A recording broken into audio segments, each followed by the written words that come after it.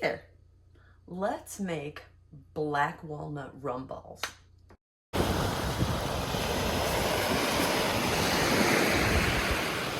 I like to use a mason jar to help me do some of my mixing.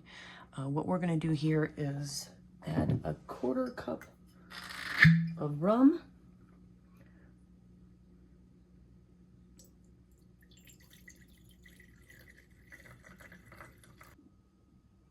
So that right there is 2 ounces. That's a 1/4 cup. That is also roughly, that is 4 tablespoons. It's also calling this recipe for 3 tablespoons of corn syrup, but I'm going to use 4 because I want these extra sticky. And this is just regular light corn syrup. And I'm going to take it up to that next notch. I actually can't see, so I'm going to eyeball it. Hey, you got the 2 ounces, 4 ounces. So that's a 1/2 cup of liquid.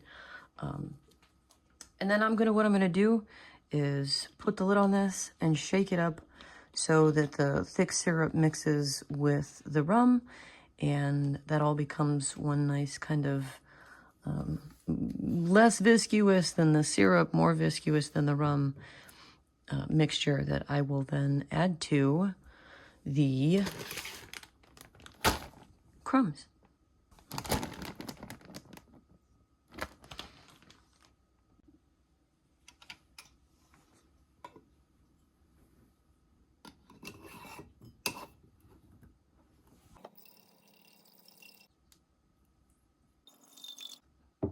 The more you need it mixed, the more you can shake it, but that's the idea.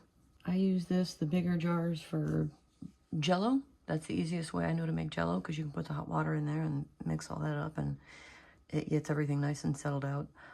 Dressings, this is the way to go. Jars are my jam, pun intended.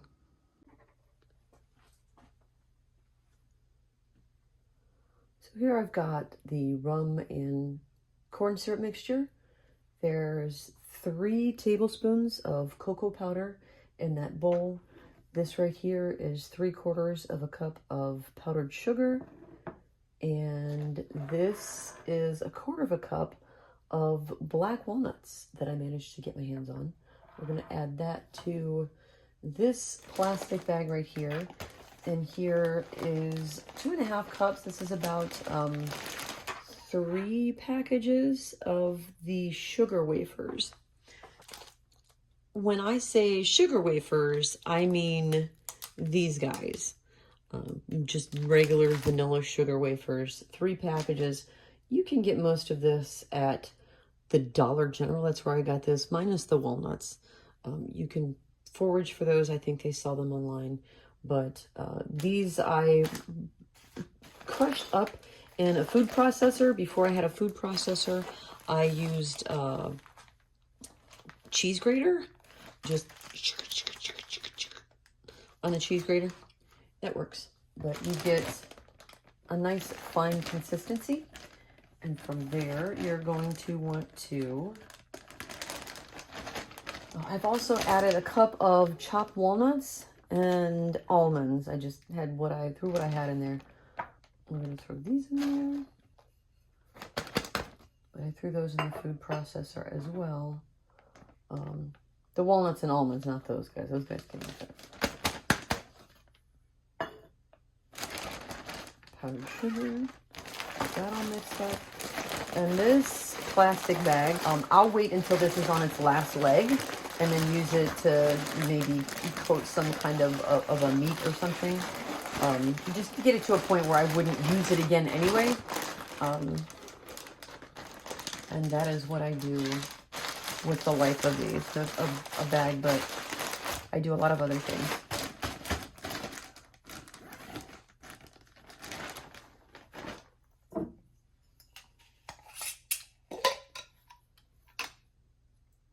Dump this in here.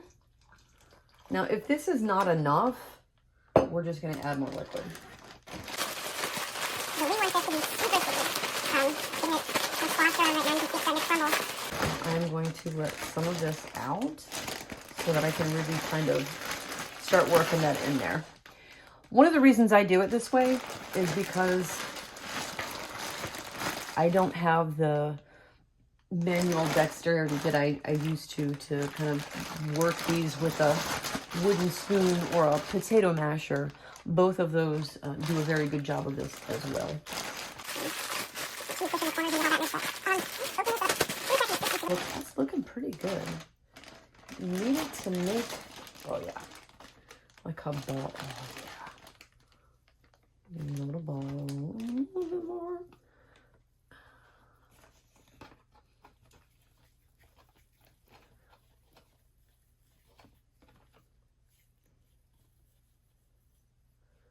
So there is ball phase.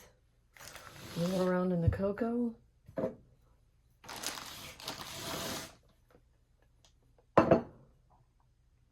And then I have a whole little tray to put these guys on. See the little decorative. Boop. And there we go. So I'm going to roll the rest of these up, put them in here, and they will be ready. Thanks for watching. Take care. Do good. Be well.